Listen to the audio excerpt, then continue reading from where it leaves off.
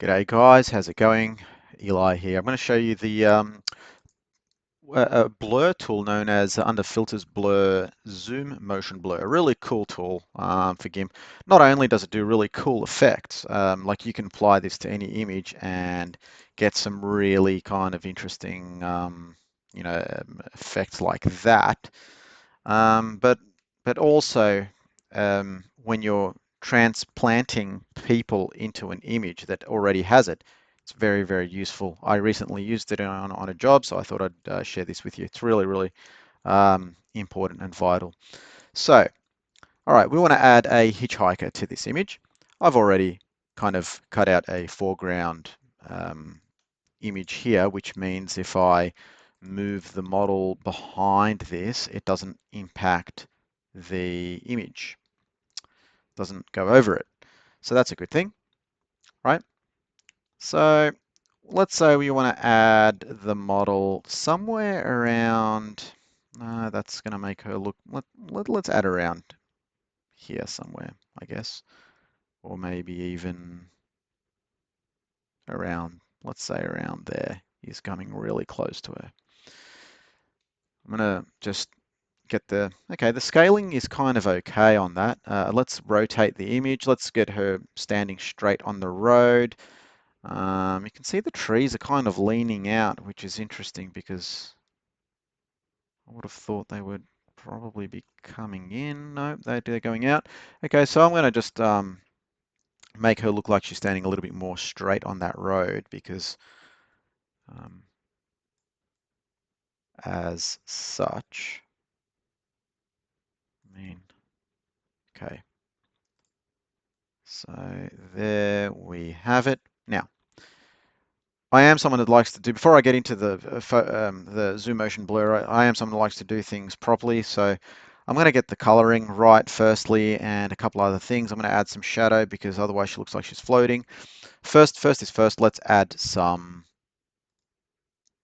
fix the color. So firstly, there's a lot of saturation going on around the image. So I'm going to try and match that saturation. Okay, now she's got a lot of red.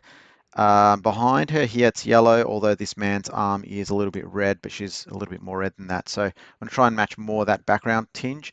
So I'm going to use hue and I'm going to go for that yellowy kind of color that is there. Okay, that's better than that. That was what it was before. That's what it is now. And now I did that so quickly and now it suddenly kind of matches the image. Okay, the next part of this is she's going to need a shadow, light, perspective. This perspective thing is really cool, right? You'll see how I do this very, very quickly. It won't take very long, but perspective, it's over here. I'm going to go for an angle of 120 around here. Click OK.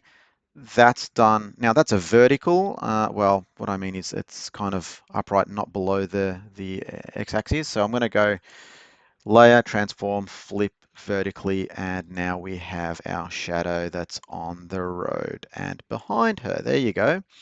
Right, so that's all that is, and I might just choose to rotate it a little bit, okay? Put that behind there. Excellent. Fantastic. Okay, and I can actually darken that, so it's just a matter of going to the opacity here and making it darker, and I think that's a good darkness there. Okay, one thing that should stick out to you immediately is that this road has a lot of motion blur here. The closer to the edges, the more the motion blur happens. That's the effect of the motion blur. That's fundamentally what it's all about. In the center, it remains calm, but dramatic on the edges. So we have to match this shadow and we have to match her. So let's work on her first on the model, and I'm going to add zoom motion blur. Now you can see that that's already kind of doing it there. I can move this over here, or you can just click this pointer and put it wherever you want.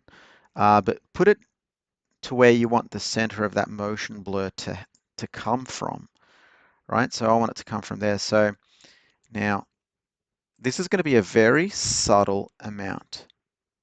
Okay, so you can use this here as well to say how much you want the zoom factor to be. So I'm just going to do it a little bit.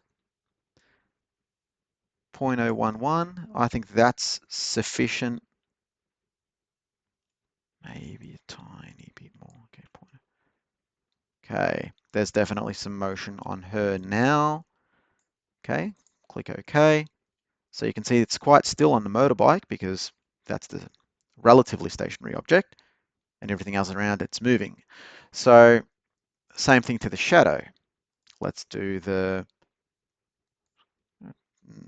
let's add that over here. And then we go as such. And all of a sudden, that motion blur there matches the road. So all of a sudden you have a very realistic image just because we applied the same zoom motion blur that was evident in the original image to this image. Okay, have a look at that. Thanks for watching, guys. Any questions, as always, please just leave a comment. Cheers.